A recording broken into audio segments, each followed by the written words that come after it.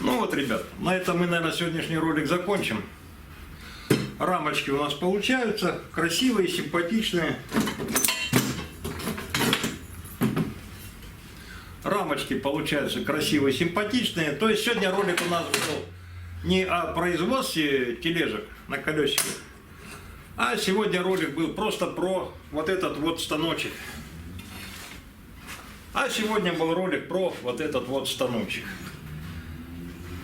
То есть, ну, относительно простая насадка к тискам, относительно простой кондуктор, да, который позволяет резать 90 градусов, который позволяет резать 45 градусов.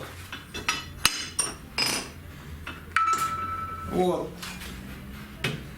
Что мы этой насадкой сделали? Да, то есть мы не делали отдельно большой стол, вот это тут маятник, пила и все, торцовка или как их там называют, обезьянку, кто как называет. Есть тиски, и вот базируясь за обычные слесарные тесочки, да, делаем отрезной такой вот мега-супер-пупер отрезной станок с шаблонами. В наших гаражах, в наших условиях нам в основном что надо делать? Какие-то этажерки, тумбочки, полочки, да, то есть вот такие рамочки с 20-25 профиля. Маленькая машинка со 125 кругом как раз и позволяет делать вот эти вещи. Ну и если облегчить себе вот таким методом, механизировать, или как это обозвать, да, вот этот процесс разметки, ну почему бы и нет.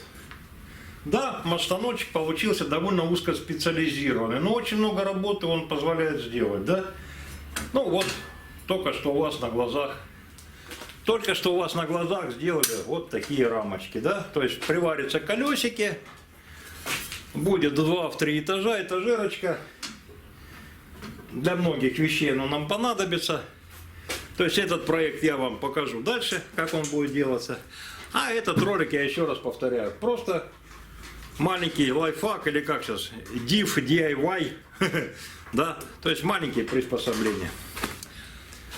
То есть наши маленькие приспособления, облегчающие жизнь и работу в обычном гараже, в обычной мастерской. Ну, на этом все, ребята. Всем большой-большой привет. Еще раз говорю, эта идея не моя, я ее подсмотрел в интернете, и вот это подсмотрел, и это подсмотрел, попробовал, сделал, ребята, работает.